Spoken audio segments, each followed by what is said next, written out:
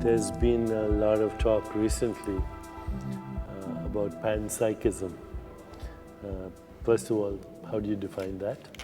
So there's several different ways to define it. So of course, the most traditional way of defining it is that there's either consciousness or pre-consciousness in everything. So in the chair you're sitting on, the little rock you find on the beach, everything has elementary consciousness. Yeah.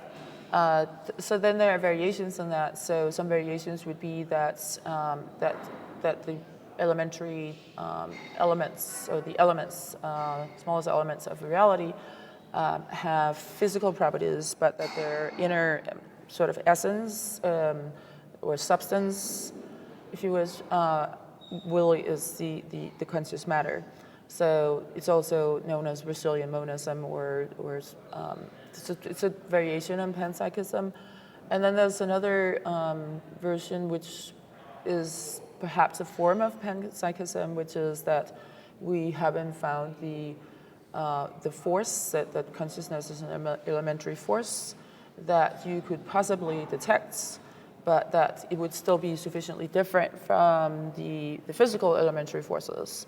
So you could build something out of in principle, out of the physical elementary forces and not have consciousness, but that you would need this additional elementary force that would be consciousness, and that you could only get a conscious system if you combine it. So that's the traditional one, and then the Brazilian monism, and then this alternative form, which I saw, presumably you saw the TED Talk with David Chalmers. Yes. Who spoke about consciousness being a fundamental property of the universe. Yes. As fundamental as gravity or time. Yeah. What is your view on that? So I'm sympathetic to that.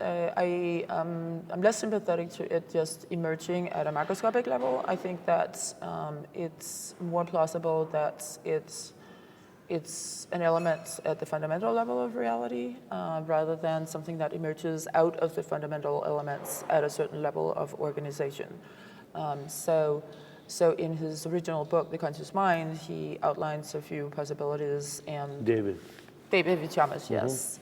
And one of them would be that it's something that's part of the fundamental structure of reality. Another is that it's not part of the fundamental structure of reality, but it's still primitive in the sense that when you get to a certain level of complexity, it sort of emerges, it strongly emerges out of that. So I've heard people say that the word emergence is a cop-out. It doesn't really explain what drives the emergence.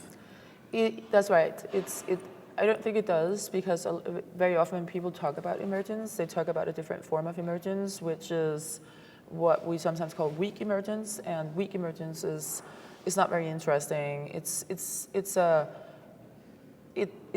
of course interesting from the point of view of when you organize a system a certain way, it gets properties it didn't have before.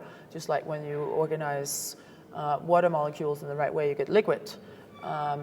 But you can explain that completely and fully chemically. Strong emergence is supposed to be something else, and is supposed to add in this primitive element or fundamental element, but at a macroscopic level. And that's a bit different from saying that, well, there's something at the fundamental level of reality that we have not yet discovered. Maybe we cannot discover it, but maybe we can.